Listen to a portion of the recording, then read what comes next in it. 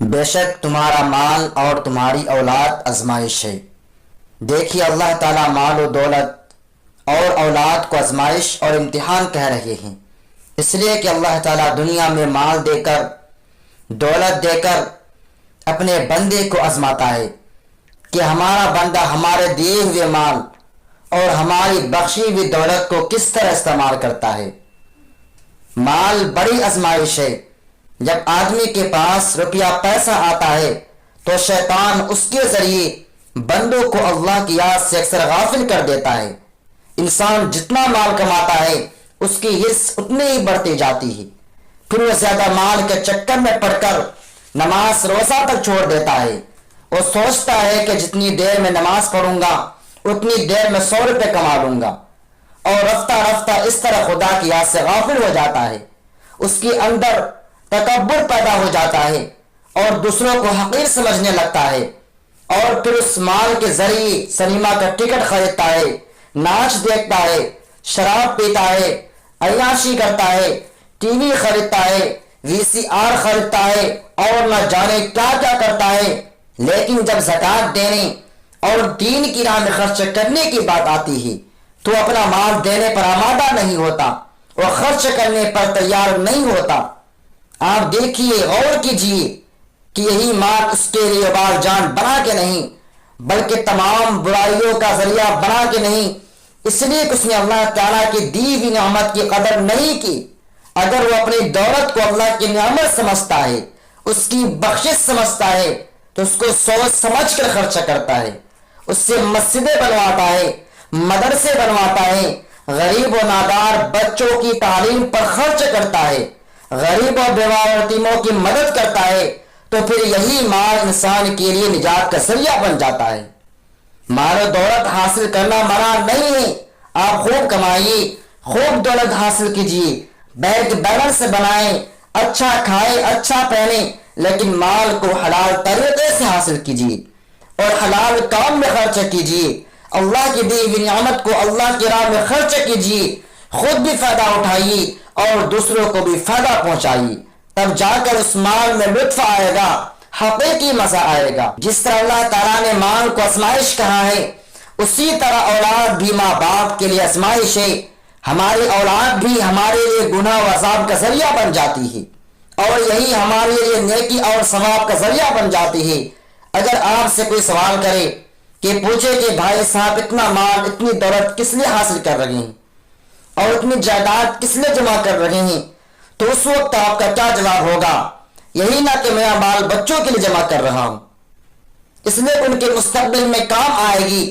دیکھیے، ایک انسان اپنے بچوں کے آرام و راحت کے لیے رات دن محنت کر کے مال کماتا ہے اور بچوں کی محبت میں مبتلا ہو کر حلال و حرام کی تمیز بھی نہیں کرتا، لیکن جن بچوں کے لیے کماتا ہے ان کی فکر کرتا ہے، وہی بچے دین سے دور ہو کر، قرآن کریم سے دور ہو کر گمراہ ہو جاتے ہیں، غلط راہ پر چل پڑتے ہیں، خدا کو بھول جاتے ہیں، دین کو بھول جاتے ہیں، اسلام کو بھول جاتے ہیں، رسول کو بھول جاتے ہیں، برائی اور لایانی حرکات و سکنات میں مبتلا ہو جاتے ہیں، چوری کرتے ہیں، ڈاکے ڈالتے ہیں، عوام کو پریشان کرتے ہیں، شراب پیتے ہیں، تاڑی پیتے ہیں، جوا کھیلتے ہیں، اور جن ماں باپ نے ان کو پیدا کیا ہے، پالا پوسا ہے، جوان کیا ہے، ان کے لیے دولت جمع کی ہے، اولاد اپنے ماں باپ کا کہنا نہیں مانتی، ان کو احمق کہتی ہے، بیوقوف کہتی ہے، ان کا اکرام احترام نہیں کرتی۔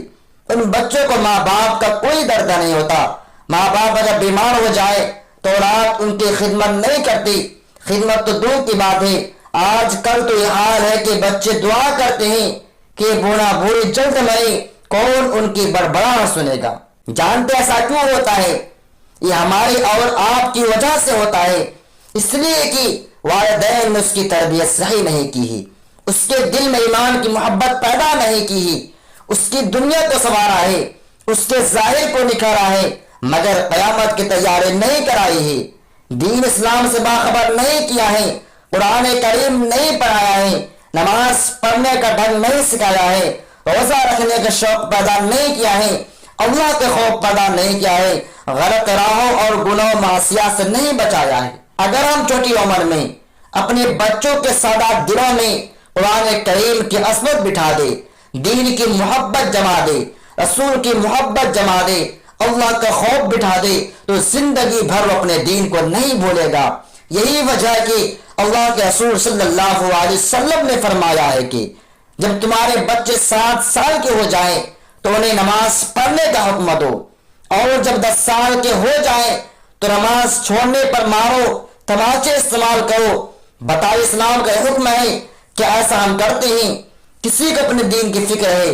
ہم سب تو مسلمان ہونے کا دعویٰ کرتے ہیں، اور حال یہ کہ نہ ہم خود نماز پڑھتے ہیں اور نہ ہم اپنے بچوں کو نماز پڑھنے کی نصیحت کرتے ہیں، بلکہ بچپن ہی سے انگریزی پڑھانا شروع کر دیتے ہیں، ہندی پڑھانا شروع کر دیتے ہیں کہ میرا بیٹا ڈاکٹر بنے گا، انجینئر بنے گا، آفیسر بنے گا، فر انگریزی بولے گا اور دنیا میں کامیاب زندگی گزارے گا، دولت کمائے گا، مالدار بنے گا۔ لیکن قرآن کریم جیسی کتاب جو ہمارے ہدایت کے لیے اتاری گئی ہے ہم نہیں پڑھاتے، دینی معلومات سے اکثر غافل لگتے ہیں۔ اب آپ ہی بتائیے کہ جب ہم اپنے بچوں کو قرآن جیسی مقدس کتاب نہیں پڑھاتے ہیں تو وہ کیسے پڑھے گا؟ اور آپ غور کیجئے کہ جو قوم اپنی کتاب سے نہ واقف ہوگی اس کا انجام کیا ہوگا۔ اگر دینی تعلیم سے ترقی رک جاتی یا آدمی غریب رہ جاتا یا برباد ہو جاتا تو کہتے کہ اس کو پڑھنے پڑھانے میں کوئی فائدہ نہیں۔ لیکن یہ بتائیے کہ کیا کوئی بچہ قرآن شریف پڑھنے کے بعد انگریزی ہندی نہیں پڑھ سکتا؟ کیا کوئی دینی علوم حاصل کرنے کے بعد دولت مند نہیں ہو سکتا؟ جب دین کے راہ میں رکاوٹ نہیں ہے تو کیا وجہ ہے کہ ہم اپنے بچیوں کو دین سے دور رکھیں؟ اب ذرا غور کیجیے کہ ہندوستان میں مسلمانوں کا کیا حال ہے۔ ہمارے مذہب پر، ہماری مسجدوں پر حملے ہو رہے ہیں، مسلمانوں کو ختم کرنے کے لیے تحریکیں چل رہی ہے۔ ایسے حالات میں ہمارا فرض تو یہ ہے کہ ہم اسلام پر جم جائے، قرآن پر جم جائے، دین پر جم جائے اور اپنے بچیوں کے دلوں میں اسلام کی عصمت پیدا کرے، دین کی محبت پیدا کرے، رسول کی محبت پیدا کرے، اللہ کی محبت پیدا کرے اور ان کو اسلام کا جان باز سپاہی بنائے۔ اس کے لیے ضروری ہے کہ ہم اپنے بچوں کو دینی مدارس میں پڑھائیں اور دینی علوم سے آراستہ پراستہ کریں۔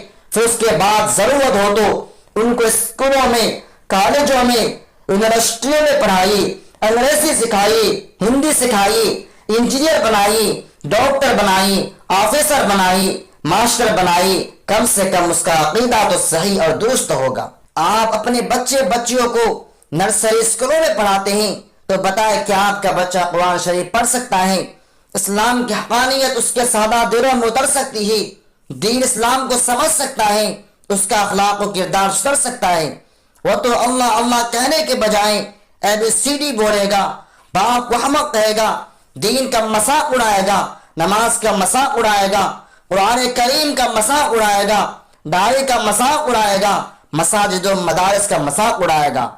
یقیناً قیامت کے دن اللہ تعالیٰ پوچھے گا کہ بتاؤ میں نے تم کو اولاد کی نعمت دی تھی، تم نے اس کو میرے بارے میں کیوں نہیں بتایا؟ تم نے اس کو میرے سامنے سر بسود ہونے کا حکم کیوں نہیں دیا؟ رسول اللہ صلی اللہ علیہ وسلم پوچھیں گے کہ تم نے اپنے بچوں کے دلوں میں میری محبت کیوں نہیں پیدا کی، میرے طریقے پر کیوں نہیں چلایا؟ اس وقت ہمارا کیا جواب ہوگا؟ ان ساری باتوں کو مد نظر رکھ کر سوچیے اور بار بار سوچیے کہ ہم کو کیا کرنا چاہیے اور اپنی اولاد کے ساتھ کیا سلوک اور برتاؤ کرنا چاہیے۔